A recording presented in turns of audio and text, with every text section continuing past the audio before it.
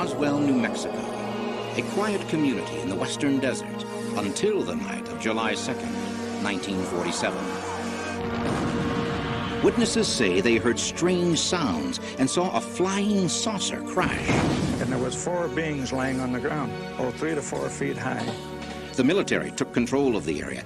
They gathered the crap, they gathered the bodies. And at a press conference said it was just a weather balloon. But many say that the weather balloon story was an attempt to cover up a crash of a vehicle from another planet. What really happened that night? The secret of Roswell in this chapter of UFO Diaries.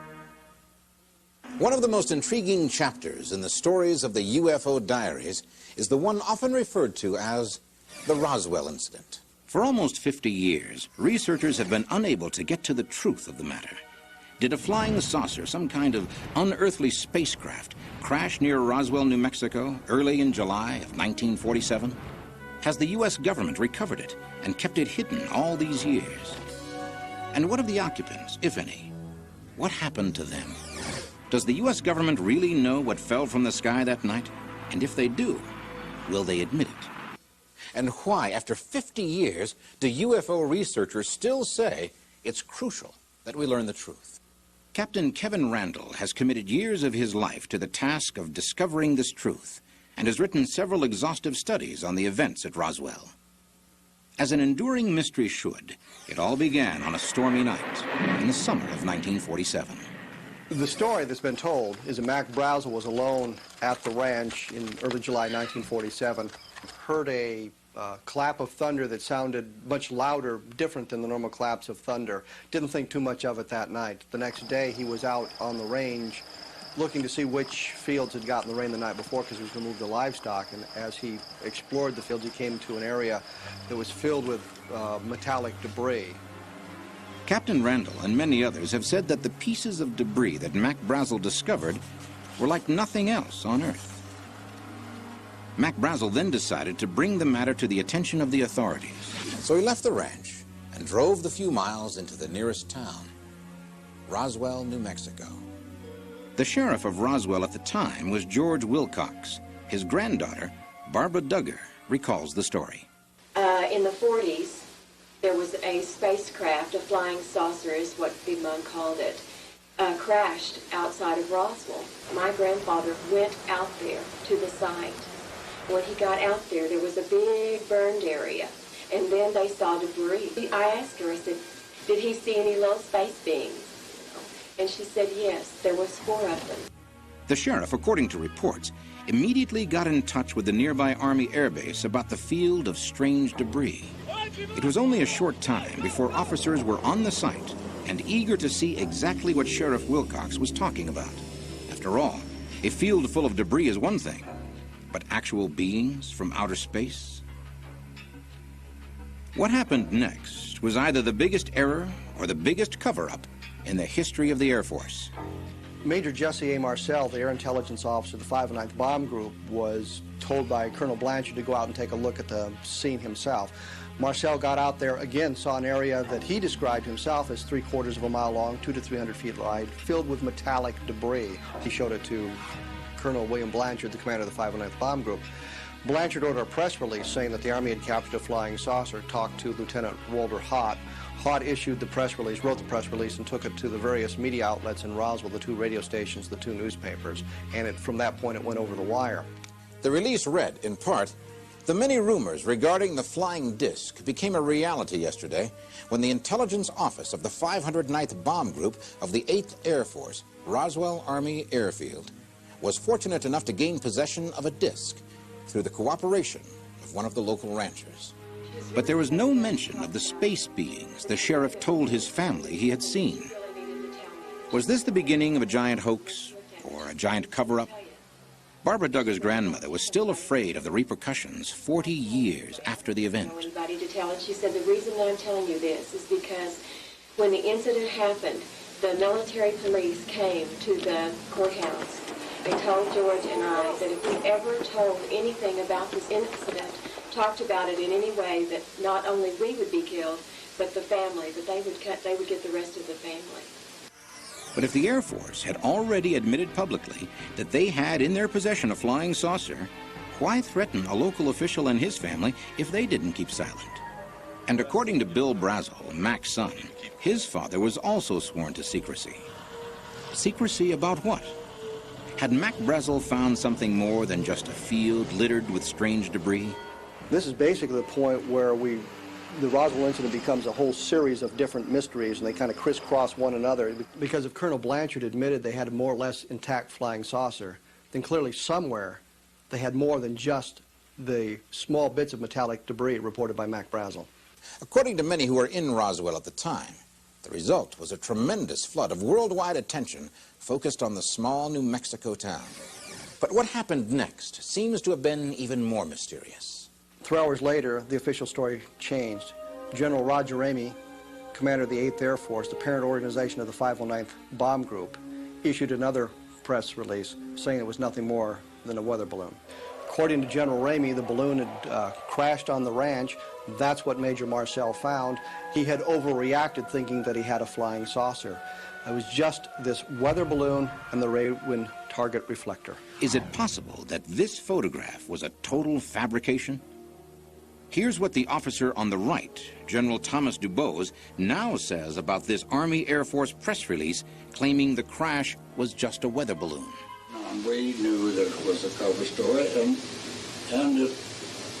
whose idea it was, I haven't the vaguest idea, but we used that in order to assuage the curiosity of the press. Why? Why would representatives of the U.S. military announce that the debris was from a weather balloon if senior officers knew otherwise? Maybe Mac Biesele did find a balloon, but the problem with this is it never explains all the other testimony. It does not explain all the debris. Recently, Major Marcel's son has come forward to tell an amazing story he remembers from his childhood having to do with that same debris. Major Marcel brought some of the material home so they could show it to his wife and his son. Then later on, he took all of that material back to the Roswell Army Airfield. Found this stuff scattered all over the countryside. The thing that set this apart from anything that I had ever seen before or since was the markings on parts of the wreckage. In the I-beam structural members, there was like a writing of sorts. I remember at the time thinking this was like hieroglyphic, but it wasn't really hieroglyphic, but it was more of geometrical forms and symbols. What has kept the Roswell incident a matter of heated controversy, even today? One reason is the story told by this man, Grady Barnett, a civil engineer living in Roswell at the time. Grady Barnett told his friend Vern Malte about what he saw that July afternoon. Mr. Barnett told me that when he was coming back from one of his field trips, he'd run onto a flying saucer that had burst open, and there were 4 beings on the ground. 4 alien beings, as well as an almost intact spacecraft. The number of beings coincides exactly with what Sheriff George Wilcox said he found. Civil engineer Grady Barnett claims to have seen a crashed flying saucer and the dead occupants of that craft. Can this be the same craft that the Army Air Force later claimed to have in its possession? But if Grady Barnett's flying saucer was almost entirely intact, what accounts for the massive amounts of debris discovered by Mac Biesele? And there was something else. Barnett said all the beings he saw were dead. Sheriff Wilcox told a slightly different story. And Granddaddy said their heads were large, and the little suit that they had on was just, you couldn't, it was just like silk or something. And I asked her, I said, were the little men alive? Were they dead? And she said, I think one of them was alive. Could it be there were 2 flying saucers instead of just one, each carrying a crew of 4? Some UFO researchers believe that this is the only explanation. By all accounts, the debris was all very small. If these were pieces of a craft of some kind, it must have been totally obliterated. Based on first-hand accounts of other people who were involved, it's clear that the solution to the mystery was going to be found miles away from the Biesele Ranch, much closer to Roswell. Since the vessel was made of such super strong material, Whatever destroyed it must have been a tremendous force. And what about the material found at the Mac Biesele ranch? By all accounts, the debris was clearly not something from this earth. The material discovered at the debris field defied all attempts of the people to explain what it was. The foil could not be cut. The wood-like material couldn't be whittled. It couldn't be burned. So clearly we have material that is not like anything that was available in our society in 1947. Is it possible that the pieces of debris found on the ranch were really something quite natural? For example, could they have come from a meteorite? Well, a meteor would enter the Earth's atmosphere at, of course, very high speed, and once it meets the resistance of the Earth's atmosphere, it begins to burn up and lose, of course, its size. And what's more, a meteor that landed with an audible impact would have left a gigantic impact crater, such as the one in Arizona. Whatever struck the ground in New Mexico left no crater. Did create a gouge in the terrain, but that's more suggestive of some kind of a controlled crash than something falling out of the sky. Some have suggested, then, that the debris could easily have been the wreckage from a top-secret spy plane. During the late 1940s, the former Soviet Union was very curious about American nuclear bomb experiments, which were conducted only 100 miles from Roswell. A spy plane trying to capture these secrets would logically fly to that part of the country. The Soviet Union had nothing of the kind in 1947. In fact, using Freedom of Information, we checked to see if any Soviet aircraft had penetrated the coastal defense zones in 1947. Absolutely no evidence of any Soviet attempts to fly any kind of aircraft inside the United States in that time frame. But UFO researchers have recently discovered that the Soviet Union did have an interest in Roswell. George Knapp recently returned from a trip to the former Soviet Union. He discovered that the Russians had a very high level of interest in the events of Roswell in 1947, and they came to some startling conclusions. We met a scientist while we were in Russia who worked under a guy named Sergei Korolev, who's the father of Russian rocketry. And Korolev had told this doctor about his meeting with Joseph Stalin in the late 1940s. Stalin had an intense interest in UFOs, and one of the things he wanted to know about was Roswell. At the time, the late 40s, Roswell, New Mexico, was a hotbed of Russian espionage activity because we had so many secret military programs there. So they heard about Roswell, and they were curious about it.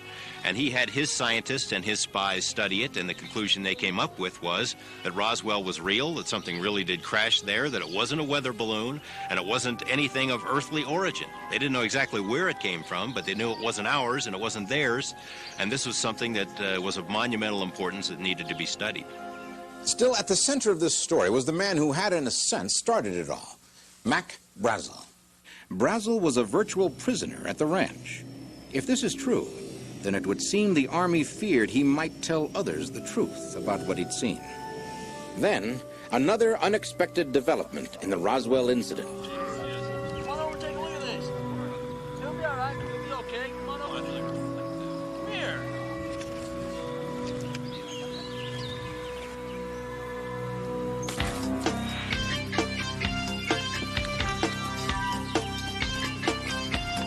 There he goes! Hey! Get him! Where'd he go? Where'd he go? Over there. This way, there.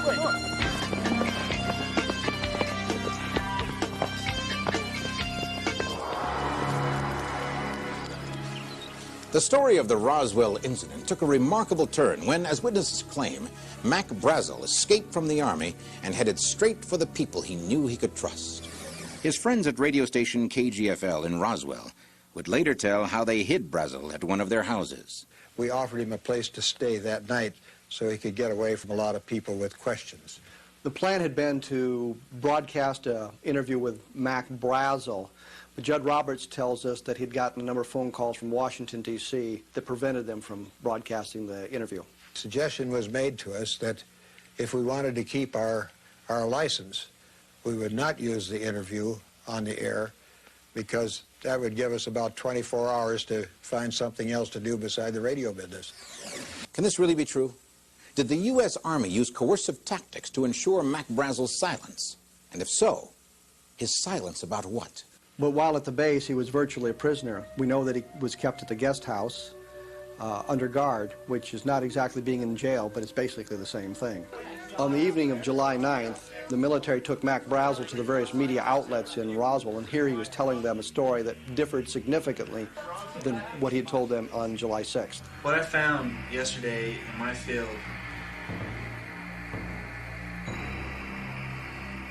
was a weather balloon. A what? A weather balloon. What are you talking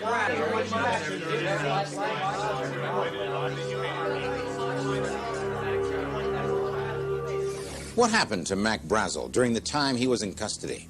Why did he change his story? Perhaps the truth is that Mac Brazel planned to reveal the same remarkable story later told by mortician Glenn Dennis. In 1947, Glenn Dennis worked at the Ballard Funeral Home. In small towns, often the hearse doubled as an ambulance, and Glenn Dennis would have an opportunity to drive injured airmen back out to the base. Once he arrived at the hospital and escorted the airmen into the emergency room, he had an opportunity to see some of the metallic debris that had been collected on the debris field in the back of ambulances as he walked by them.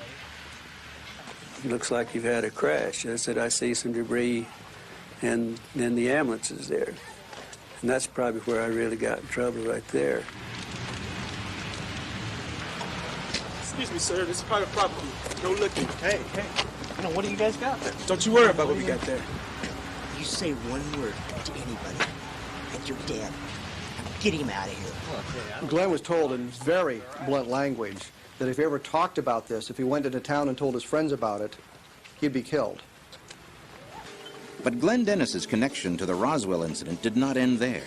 He would soon learn much more from his girlfriend, a nurse at the base hospital.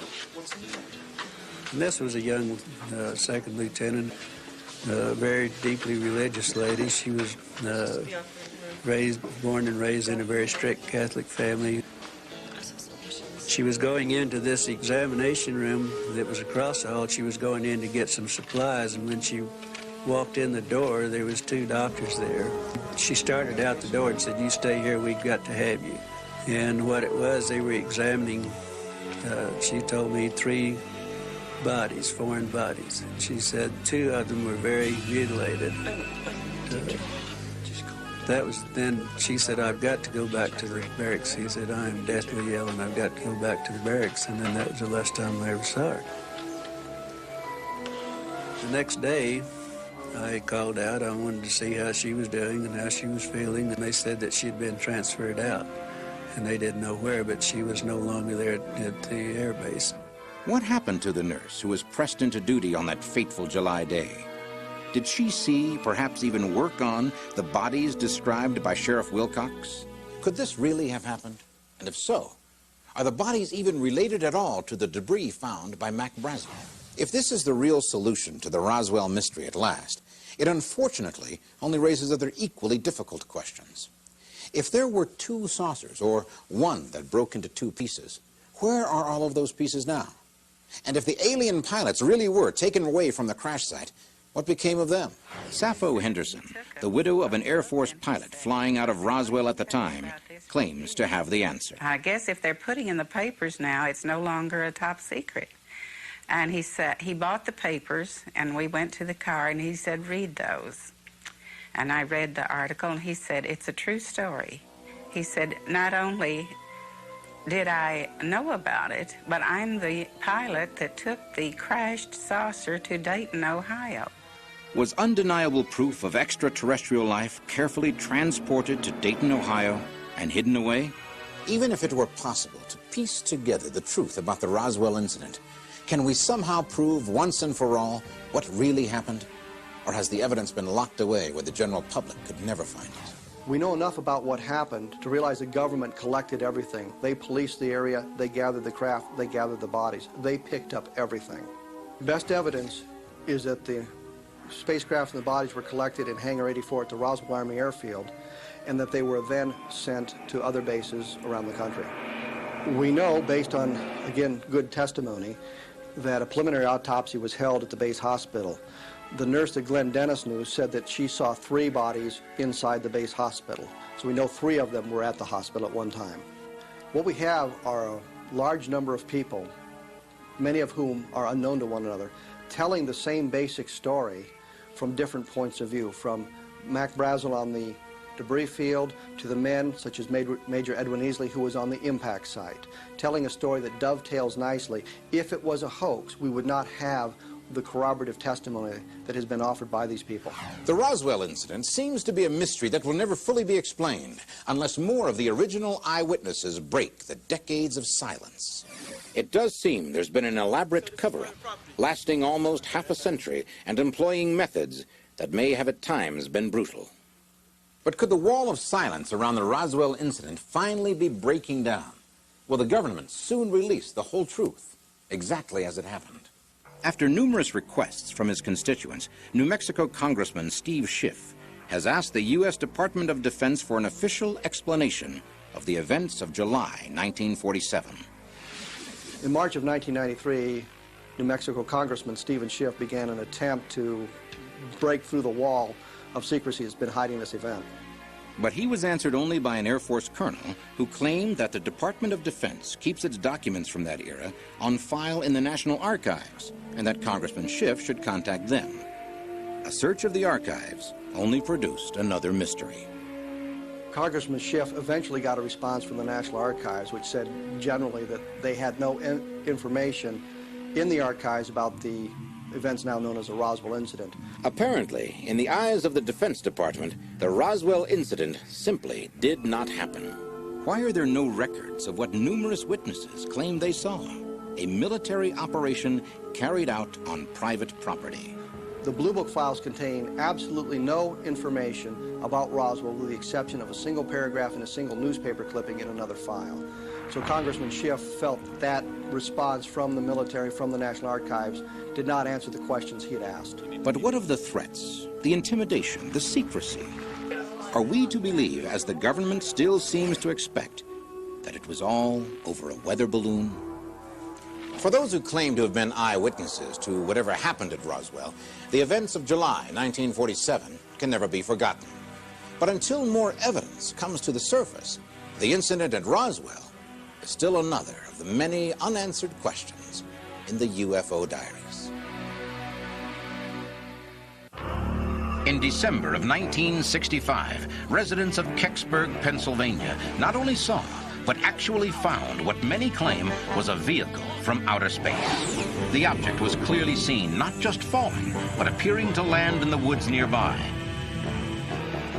Within 2 hours, armed military forces of the U.S. government literally invaded this small Pennsylvania town, retrieved the object, and hauled it away. What was it that fell or landed near Kecksburg, Pennsylvania? Does the U.S. government have an authentic UFO in its possession? We'll attempt to discover the truth in this chapter of UFO Diaries. For 30 years, Kecksburg, Pennsylvania has been a town divided by a bizarre controversy. Many of its citizens claiming that nothing out of the ordinary has ever happened there, while other residents claim that in December 1965, this Westmoreland County village was briefly the home of a crashed UFO.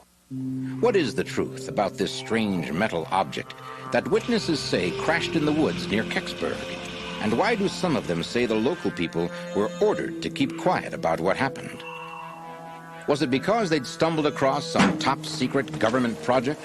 Or because they'd seen an object that proved the existence of intelligent life on other planets? To learn the truth, we must return to that December afternoon in 1965. It was approximately 4:47 p.m. when the object impacted in the woods at Kecksburg. There are a number of local residents around Kecksburg who saw the object get down into the wood area. While none of these people reported any type of sound of impact, almost momentarily there was a column of blue smoke that rose up out of the woods. According to the eyewitness accounts, Kecksburg residents soon rushed to the spot where they now saw smoke rising through the trees. There, they say, they discovered a metallic object partially buried at the bottom of a ravine, still smoking from its long descent through the Earth's atmosphere. Kecksburg resident Jim Romansky says he was one of the first to locate the object at the bottom of a densely wooded ravine. Here was this large metal object in front of me. I've described it as a large acorn. And the reason I say the acorn is because around the bottom of this object there was a bumper that went the whole way around this thing. It was dented and it had a very distinct color. I mean, this thing was a bronze, copper, steel. It was a color that it's very hard even to describe. Then, according to Romansky and many other witnesses, armed U.S. soldiers arrived with trucks and other heavy equipment. You know, the military started coming in. We were under martial law, jeeps, trucks everywhere. Down through the woods come two guys. Trench coats, crew-cut hair, straight as ramrod. He looked around, he looked at the object, he looked at us, and a very authoritative voice told us that this area is now quarantined, it's restricted, and get out. According to Romansky and many other witnesses interviewed by Stan Gordon, the object only remained in the ravine for a few hours because the soldiers who had so quickly arrived on the scene then recovered the object and took it somewhere else. Here comes this big flatbed truck, tractor trailer, two-piece truck. And on the back of it, it either had either a tow motor, one of those things to lift things with, or a front loader.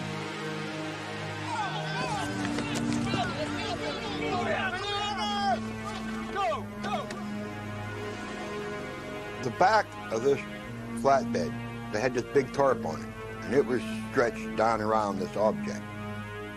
And it had the same outline. In fact, I know I can see the bumper under this tarp because you can see the shape of this thing. The tarp was pulled so tight that you could see the shape. And I knew in my mind that was what they brought down off that mountain, the object.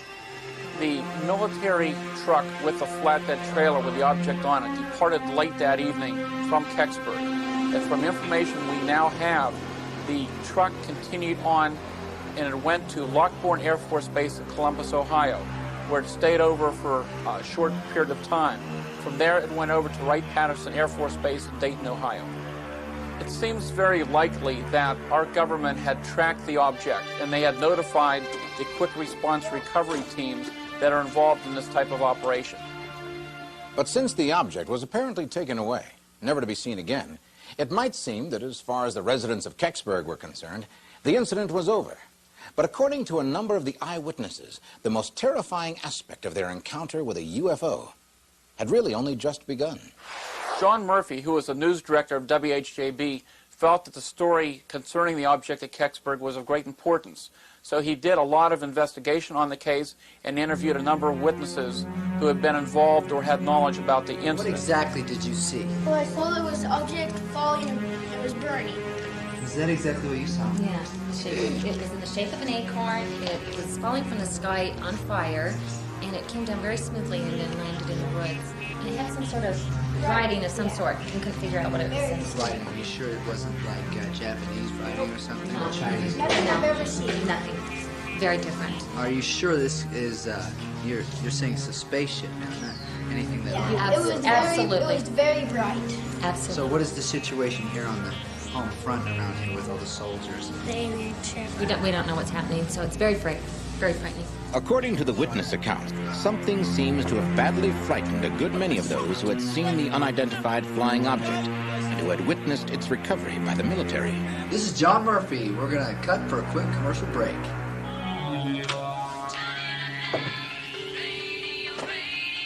Hello, this is John. Hi, John. Hey, Sally, how are you doing?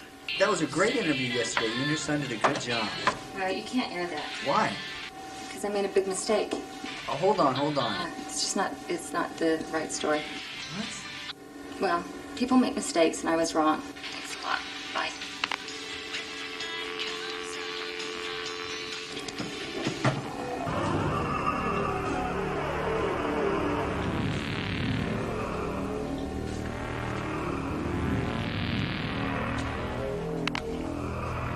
And we're back. It seems as though something must have occurred between the time of the interview with John Murphy and the time that the radio special was to be aired, because of the fact that these people were willing to be interviewed, and then suddenly they decided they didn't want their name or any information aired with this report. Why? What happened to cause the witnesses to refuse to make their testimony public after they'd been so willing only hours before?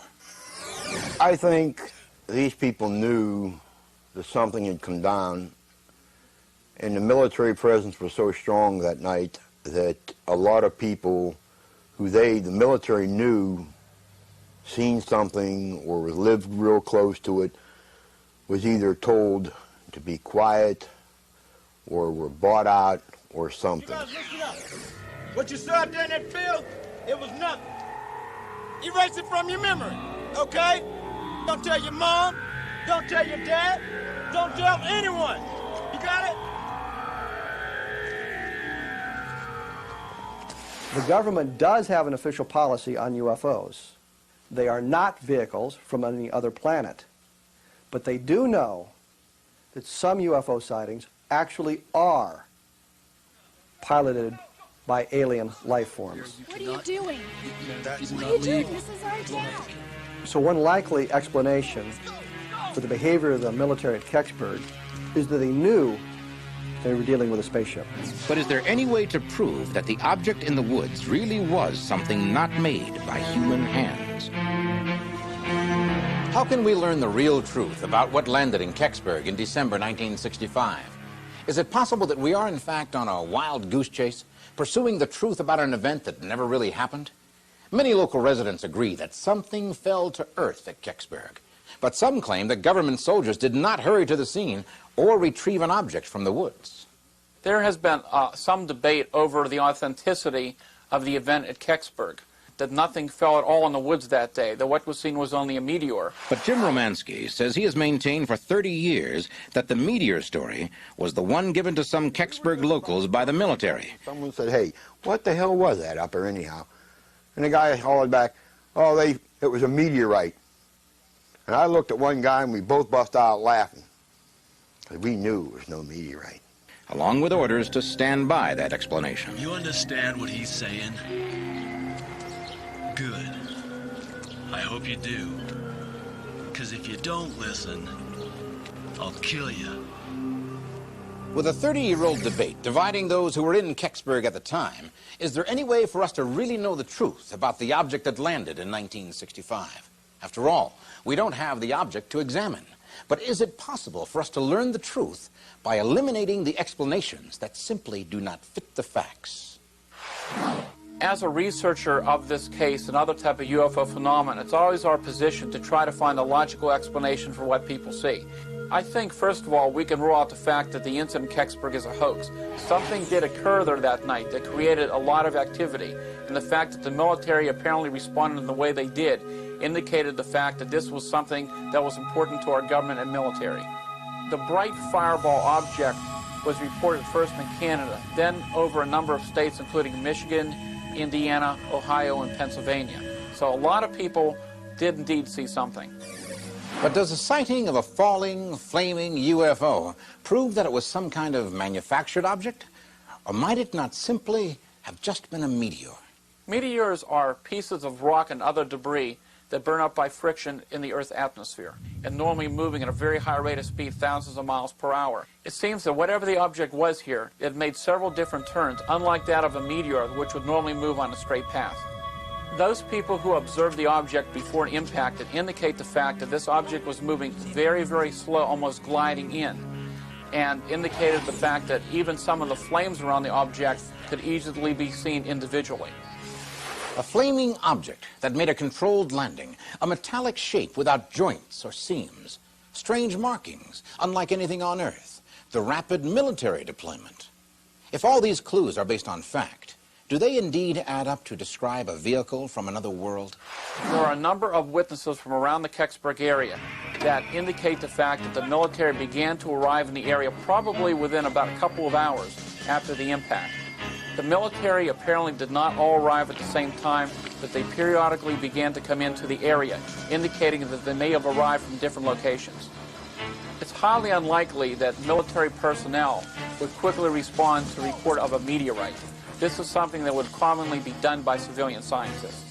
But according to Jim Romansky, the military not only arrived quickly, but immediately took over a central building for their own purposes. And as we approached the fire hall, I mean, man, you'd have thought there was an invasion going on. I mean, there were jeeps and cars and trucks parked all over the place, all military, okay? And there were uniforms everywhere. And as we tried to approach the door to go back into the fire hall, there was 2 armed sentries or guards, whatever you want to call them, standing there. And they refused us to go in that fire hall. In fact, one of our guys asked to go in and go to the bathroom. And they said, see the weeds over there? Go. It reminded me of some of the war pictures I've seen where these people, military people, come in and declare martial law. There are numerous documents that indicate the fact that the United States government has had in place for many years a system for handling the recovery of space objects that safely re-enter the Earth's atmosphere. It is very likely that the specialized recovery teams would only have responded if there was something of great importance to the military. This would have been most likely, 1, some type of foreign space device that had landed on our territory and they would like to have studied, or 2, that this may have been something more unusual, such as the possibility of an extraterrestrial spacecraft. What is the official U.S. military answer to all of this? Do they say that the object recovered at Kecksburg is some top-secret spy satellite that accidentally dropped out of orbit? Or do they admit the possibility that it might be something not of this Earth? Stan Gordon tells of his quest for the answer to that question from the files of the Air Force's 662nd Radar Squadron. There are indeed records that indicate the fact that there are specially trained intelligence team military personnel that are on call to quickly respond to crashes of space objects that survive re-entry of the Earth's atmosphere. The 662nd Radar Squadron was assigned as a NORAD surveillance site, and Air Force documents verify the fact that at least a few personnel of that squadron were directly involved in the investigation at Kecksburg that night. However, when we look at the historical records for December of that squadron, there's no entry whatsoever of any activity on that day. That leads us to believe that this mission was classified and the paperwork went up the ladder somewhere else. The question is, why, after so many years, is our government still not telling us all the facts it knows about the Kecksburg incident? What is so secret about what they found at that location that even today they refuse to comment about the incident? It is not disputed that the military gathered up and hauled something away. But what was it? The mystery would take on a new and more surprising twist when reports of a secret Russian satellite suddenly began to surface. Could the episode at Kecksburg be fallout from a failed Russian space launch? There seem to be only 2 viable explanations for the object that crashed at Kecksburg. Either it was part of a top-secret American or Soviet satellite project, or it was some sort of vehicle from another world. Remember that by 1965, both the United States and the Soviet Union had the capability of putting nuclear weapons in orbit, and each was desperate to learn about the technology of the other. These rockets had segments that were jettisoned in flight and that fell back toward the Earth, presumably to burn up on re-entry. This practice has continued to the present day, and we now know that sometimes large parts of these space vehicles do not burn up entirely. Occasionally, a rather large fragment will actually reach the ground intact. There has been a treaty on the books for many years that if something of foreign origin would fall on our soil, we would recover it and give it back to the launching country. Remember that the American military would have been very interested in recovering a Soviet probe such as Cosmos 96. It would have told a great deal about Russian technology at that time, particularly if there was any reason to believe that the object was part of a Soviet weapons system equipped with nuclear missiles. But it may be now that after so many years, and the fact that both governments now are on a much more cordial level, the fact that they would rather just overlook the incident and forget about what happened so many years ago. Could the Kecksburg object have been a Soviet missile system, even a nuclear weapon that accidentally fell to Earth? Weapon-bearing satellite systems are not designed to make soft landings. If indeed the object that came down in Kecksburg that day was a part of such a weapon system, it first of all would not have made a soft landing, and secondly, most likely there would have been massive destruction in that area. Cosmos 96 was launched on November 23, 1965, but its booster failed on the same morning of the Kecksburg incident, and that occurred in Canada. There are indeed some similarities to the shape of the two objects in question.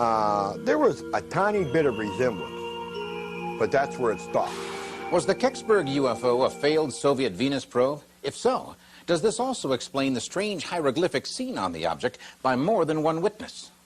I mean, it was like circles and stars and dashes and all kind of markings on it. Writing, you sure it wasn't like Japanese writing or something? No. Chinese? Nothing I've ever seen. Nothing. The external markings or identification markings that we have seen on many of the Soviet probes at the time would look very unusual to people who are not familiar with the Russian language or the type of lettering.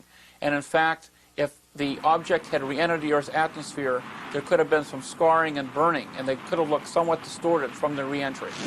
My dad is originally from Kiev. And I went to him one time and I said, Dad, I says, you could read and write Polish and Russian. He says, yeah.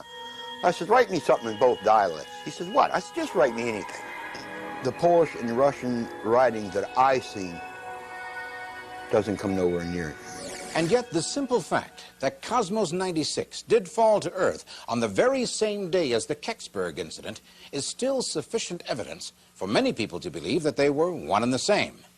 Then again, according to Stan Gordon, perhaps we shouldn't make up our minds just yet. We have to look at the possibility that, one, that the object in question may have been man-made, possibly Soviet in origin. I mean, the Venus probe, you had seams, you had pieces sticking out, you know. It was that quick that I could look at the picture and say, it wasn't it. Because I've been a machinist for almost 30 years now. And I've cut a lot of metal. And I've never run into it again. Never. The object that crashed in the woods at Kecksburg, Pennsylvania, has been the source of controversy and speculation for 3 decades. But are we at last approaching an explanation?